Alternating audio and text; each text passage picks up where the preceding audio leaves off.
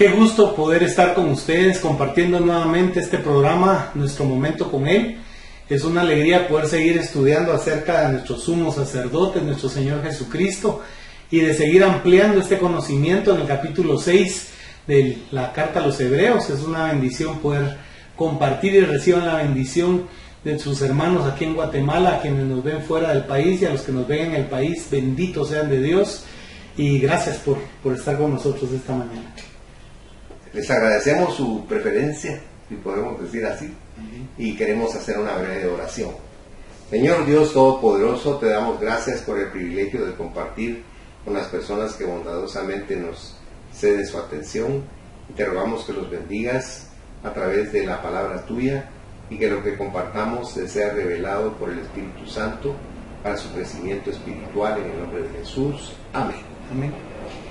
Estamos viendo entonces Hebreos 6, versículos 1 y 2.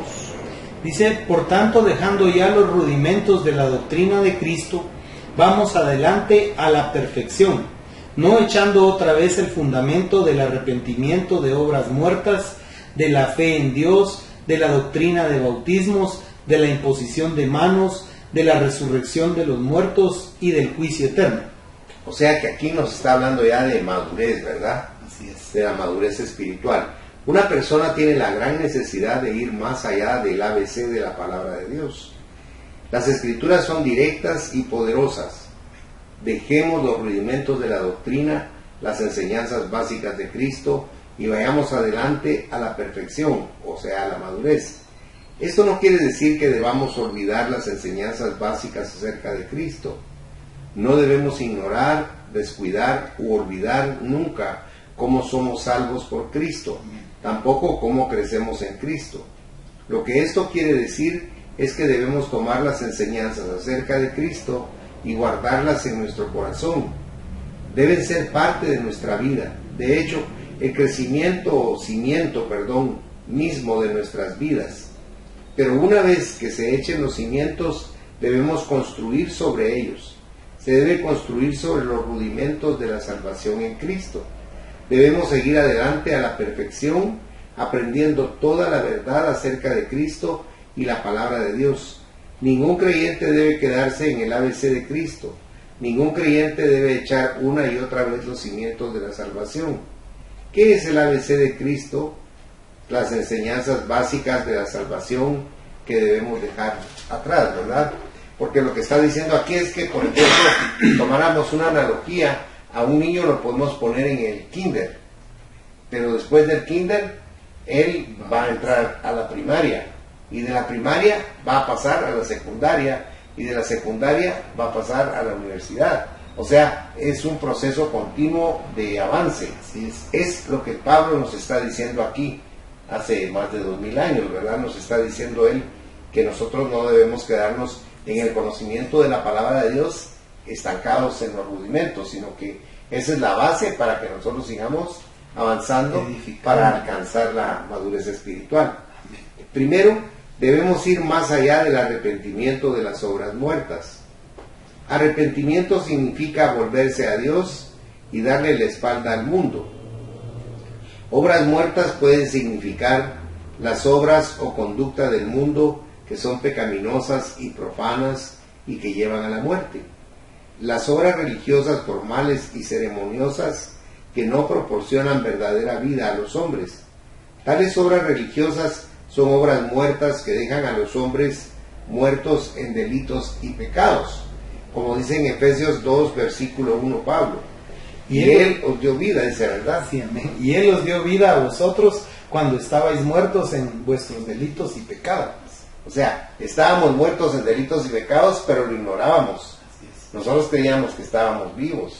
Y muchos creyentes piensan que han avanzado en su vida espiritual porque dejan de hacer este tipo de cosas mundanas y piensan que ya su avance ha sido muy largo, pero yo creo que esto va mucho más allá porque está hablando de profundizar en el conocimiento de Cristo en la palabra, de anhelar esta palabra para cambiar la vida. Amén. O sea, no nos podemos conformar, ¿verdad? Es lo que nos está exhortando a hacer, sino que el conocimiento nos empuja a abrir nuestra mente espiritual y a dar cabida a más conocimiento. Amén. Amén. O sea, como que fuera un apetito insaciable del conocimiento de Dios. Gloria a Dios. Ahora dice, debemos arrepentirnos de las obras muertas de este mundo, pero cuando nos hayamos arrepentido, nos regocijaremos en Cristo por una salvación tan grande e iremos adelante a la madurez. Vemos el pensamiento número 1. Piense en cuántas personas se arrepienten una y otra vez porque no comprenden la salvación y no viven para Cristo como debieran. Todas las noches antes de ir a la cama, millones de personas mascullan oraciones a Dios para que las perdone y le prometen que van a mejorar. La escena se repite casi todos los días de su vida. Segundo, debemos ir más allá de la fe en Dios. Debemos recurrir a la aprobación de Dios, creer en Él y confiar en Él. No debemos recurrir a los hombres, ni a su habilidad, ni ciencia para salvarnos. Nuestra esperanza de salvación está en Dios y solo en Dios. Amén. Pero cuando hayamos puesto nuestra fe en Dios, iremos por la salvación más allá de la fe. Debemos continuar y crecer en todas las enseñanzas de la palabra de Dios. O sea, qué importante es que cuando leemos la palabra de Dios, oremos para poderla comprender. Porque la palabra dice claramente en 1 Corintios 2:14 que si no nos volvemos como el hombre natural, que lee la palabra, pero no la puede comprender, porque solo se puede comprender con el discernimiento espiritual. De lo contrario, no. Entonces, nosotros a la hora de comenzar a entender lo que estamos leyendo en la palabra, comenzamos a avanzar, porque el conocimiento se vuelve algo volitivo en nosotros. Comenzamos a actuar en nuestra voluntad para hacer las cosas que Dios nos sugiere. Ahora, debemos ir más allá de la doctrina del bautismo, es decir, del significado del bautismo y de la necesidad de ser bautizados como Cristo demanda. Cuando una persona cree en Jesucristo, será bautizada de inmediato. Es la señal y el sello público de que es un verdadero seguidor del Señor Jesucristo. No es un ritual opcional. El verdadero creyente debe ser bautizado, pero cuando se haya bautizado, no se detendrá ahí.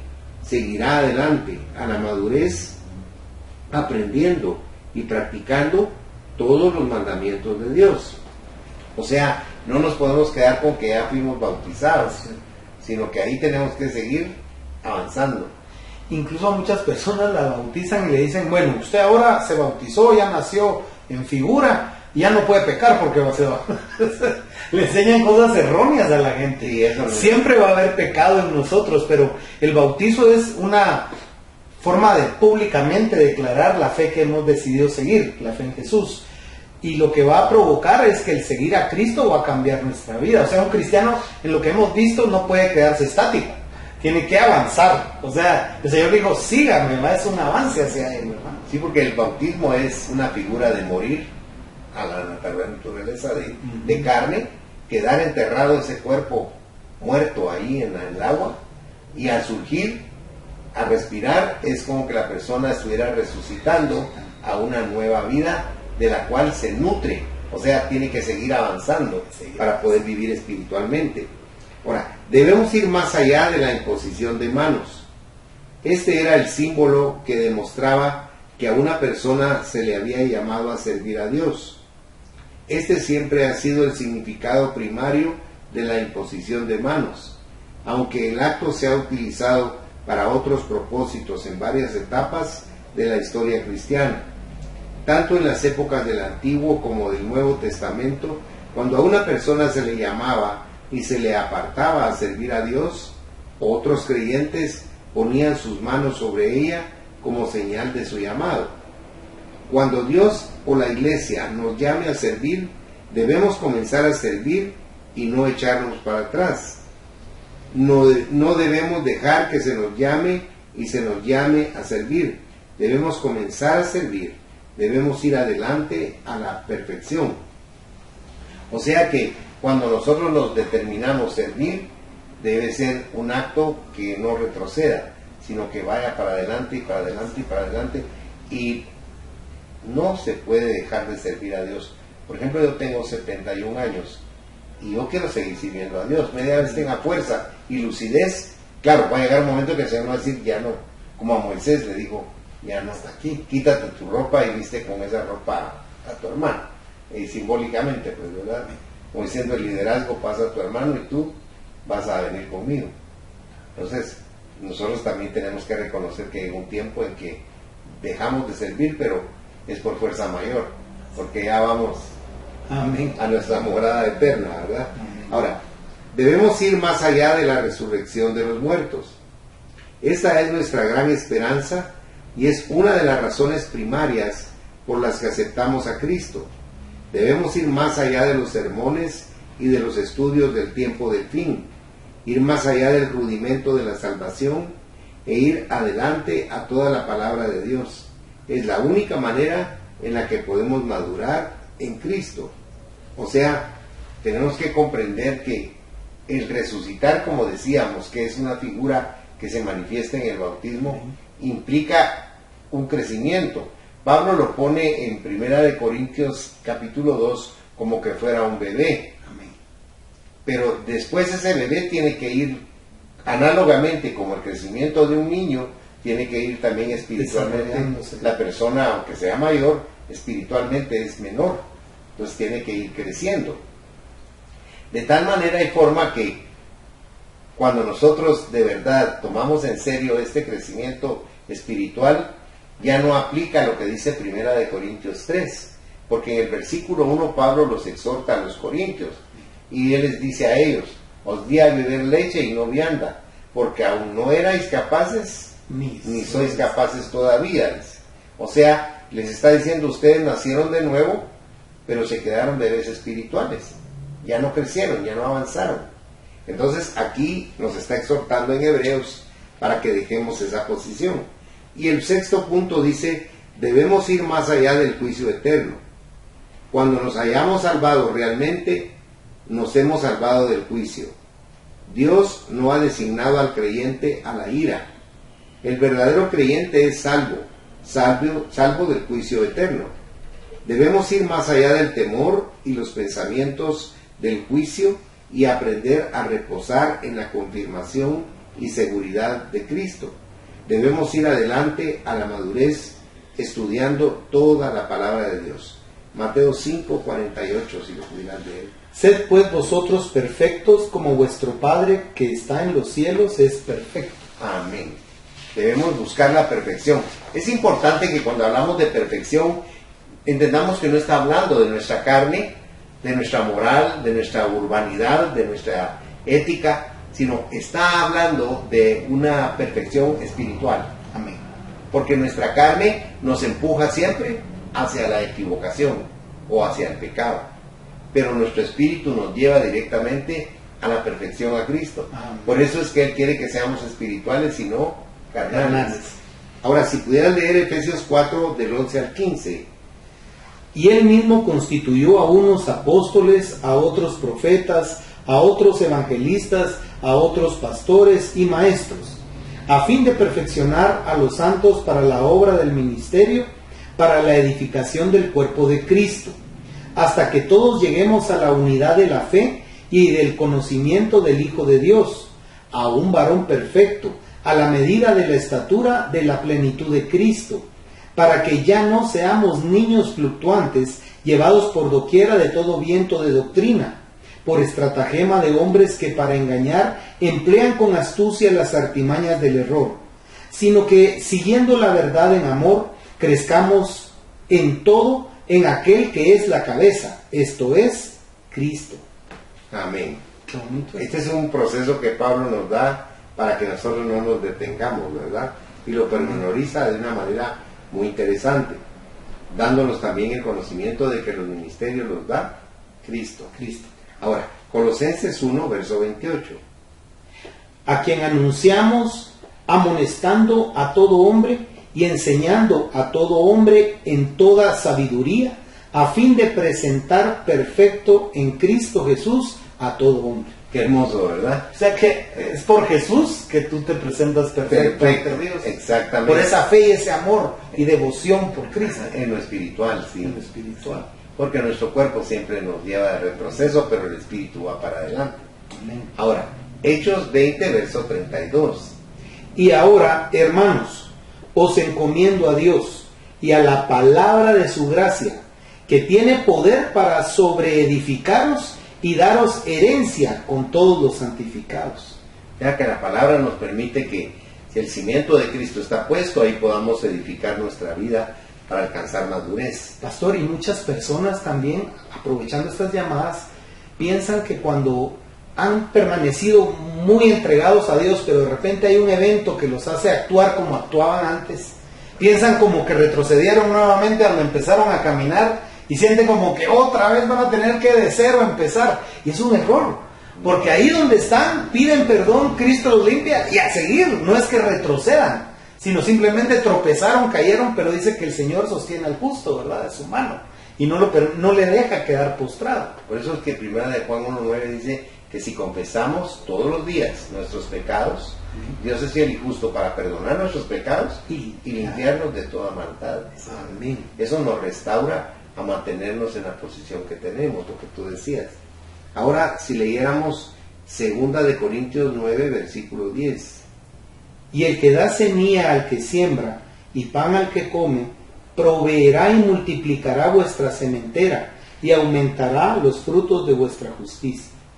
O sea que aquí estamos viendo que Dios es el que nos ayuda. En 1 Corintios 3, Pablo hace alusión a que uno es el que siembra, dice él, ¿verdad? Apolos sembró y yo regué, pero el crecimiento, dice él, lo da Dios. Es lo que estamos viendo aquí en 2 de Corintios 9, 10, ¿verdad? Que el que nos da la semilla, o sea, la palabra, es Dios.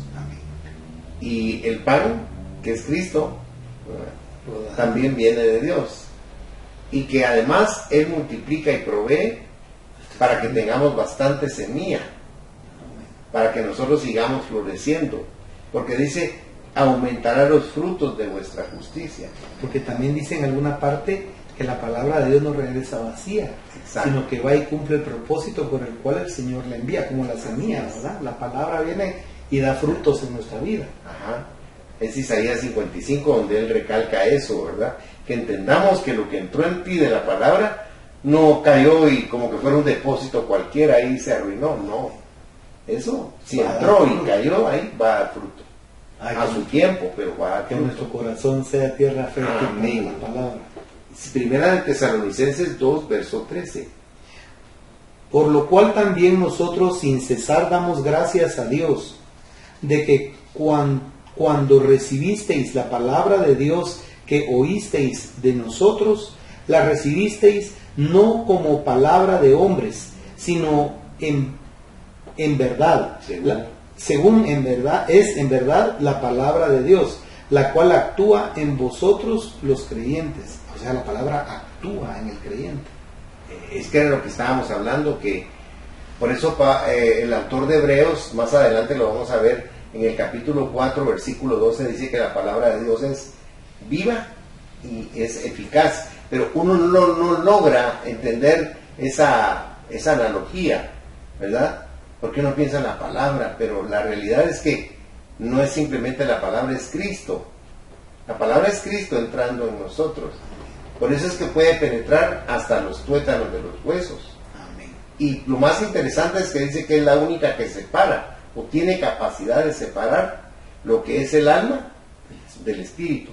De nuestro espíritu puede separar el alma. Ahora, ¿por qué la separa? Para que el alma no siga gobernando con pecado, sino que el espíritu gobierne con justicia en nuestro corazón, ¿verdad? Amén. Ahora, si leyéramos 1 de Timoteo 4:15, Ocúpate en estas cosas, permanece en ellas, para que tu aprovechamiento sea manifiesto a todos.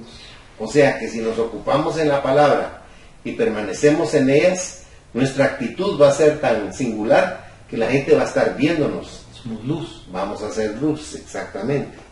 Ahora, 2 de Timoteo 2:15. Dice, procura con diligencia presentarte a Dios aprobado, como obrero que no tiene de qué avergonzarse, que usa bien la palabra de verdad. Qué interesante esa parte final. Yo creo que somos como trabajadores de Cristo y lo que estamos usando es la palabra, pero la palabra de verdad, dice ahí, ¿verdad? Ahora, Hebreos 6, versículo 1. Por tanto, dejando ya los rudimentos de la doctrina de Cristo, vamos adelante a la perfección, no echando otra vez el fundamento del arrepentimiento de obras muertas de la fe en Dios. Amén. Ahora, primera de Pedro 2, versículo 2.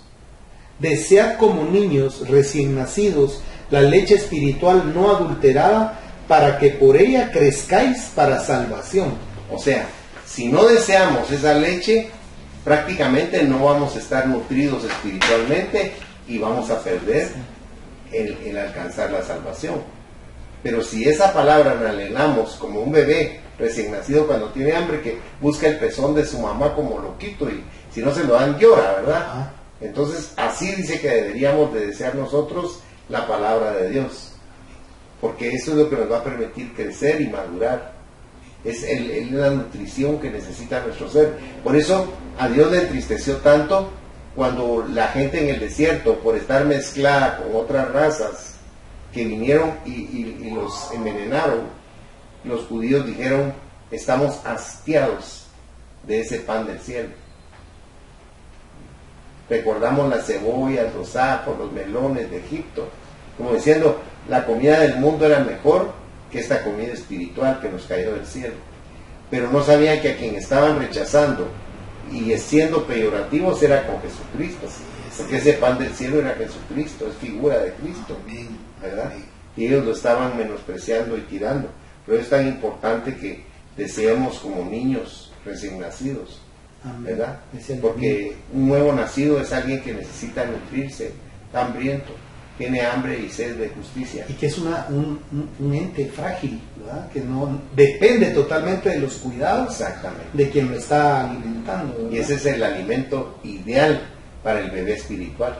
Amén. Es lo que lo va a nutrir, lo va a hacer crecer, lo va a hacer fuerte, lo va a hacer inteligente espiritualmente, lo va a hacer un hombre con revelación, o mujer, ¿verdad? Con revelación. Va a ser una persona llena del Espíritu Santo, ¿verdad? Amén. Gloria a Dios. Ahora, primera de Pedro 1, versículos 5 y 6.